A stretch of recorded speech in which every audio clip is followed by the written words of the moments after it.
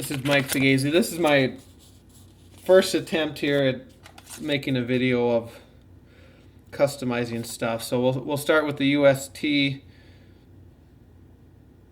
embossing tool. You're probably not even watching this unless you have it already. But we'll just go through a brief tutorial of how I have approached it. That doesn't mean that this is the only way to do that. However, it's been proven effective and will help some of you guys get started maybe. But the first thing that I do, and this is a KSC Marine band here, is I go ahead and I just have the cap of mineral oil here as Dick suggests, and you can see there's not even a pool of it. There's just enough that came in surface with the lid there that it's wet. So I just dip it, usually with my fingers here, just wipe off any excess. And then what I like to do is push the reed into the slot and then hold the tool. It's almost 90 degrees with the reed plate. So I'm almost holding parallel. I have just a little bit. I'm trying to manipulate the camera here and the tool enough to show you that this would be parallel. I'm going to angle it just a little bit. And I can either choose to go back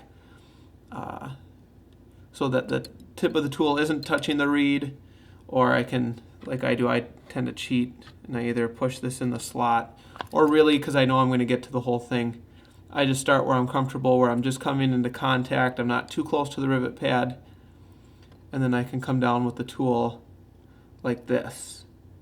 And you can vary your pressure. You shouldn't have to use any more than really your fingertips and your leverage with your palm on the counter or whatever you're working on to push that in the slot. Okay, now a con of this approach is that I will get some little scrapes on the reed right along here. I've seen the same thing using a penny or the back of a countersink tuning. I mean, that's very common, whether you're doing both sides at once or not. That's not usually a huge issue with the tuning. I would check the tuning anyway after embossing.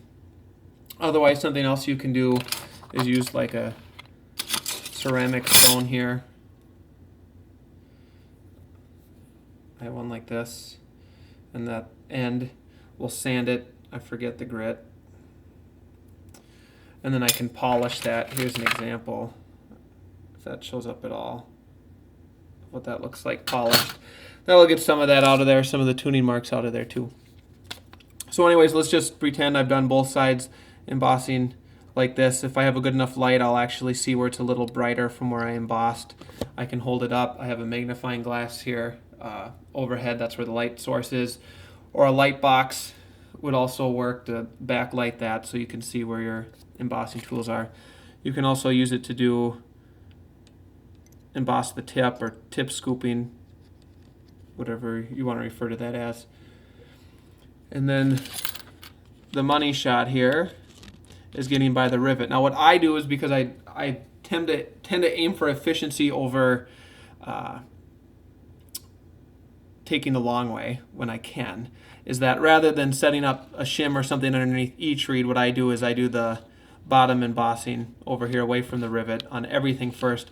Then I can use something like a post-it note from 3M if you're in Minnesota to slide under, and then I have something there for the whole harp. I don't have to continually, for every reed, do something like that and stick it underneath. So let's pretend I've done the whole thing. Now I'm getting to the rivet. I can easily see with the light, I know you can on the camera, where my original embossing stopped and where I need to meet up.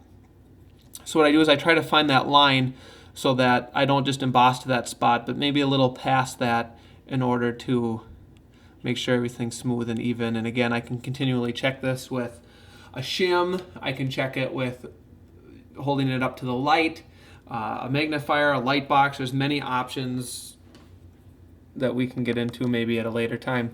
I'm going to dip the tool again. I'm wiping it off with my fingers, and then I'm coming back to the rivet end. Now I have the post-it note here, or shimmer, or index card, whatever you want to use in place, to lift the reed up enough out of the slot that while I'm embossing, I don't come over top the reed like this. And what that can do is that can scuff it up, or you know what, it could throw off the alignment.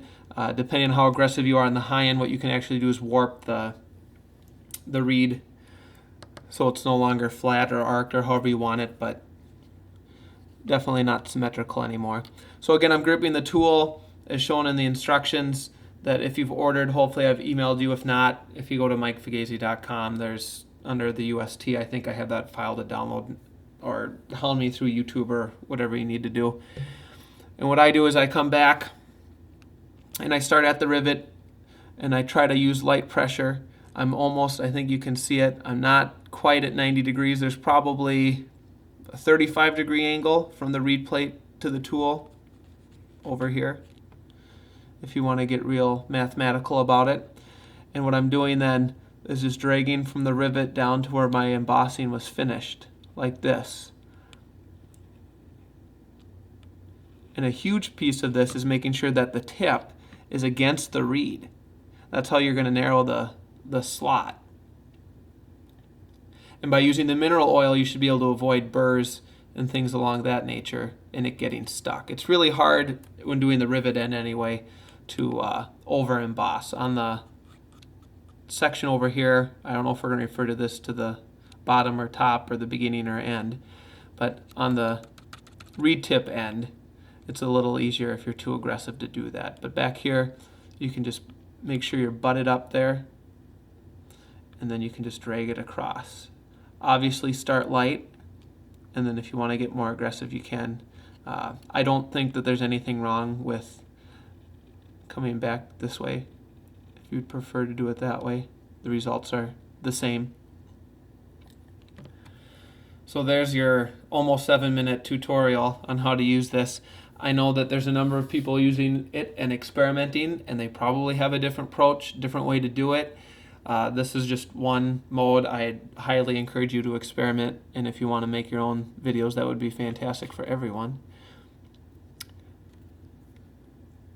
And just briefly here, I'm trying to think of anything obvious I'm missing other than how to grip it, which I just do it just like the video. I know it looks like you could do it this way too, just ergonomically, but I pinch it here. And I don't know how well it shows up, but you know, there's enough pressure there that there's some whitening of the skin underneath my nails. I mean, I'm definitely not limp about it. I'm pretty firm there, and then the pressure's really coming from my fingertips again with the leverage of my palm on the table when I'm pushing down. I do this sitting down. I don't need to stand up or anything like that. The brass moves very easily.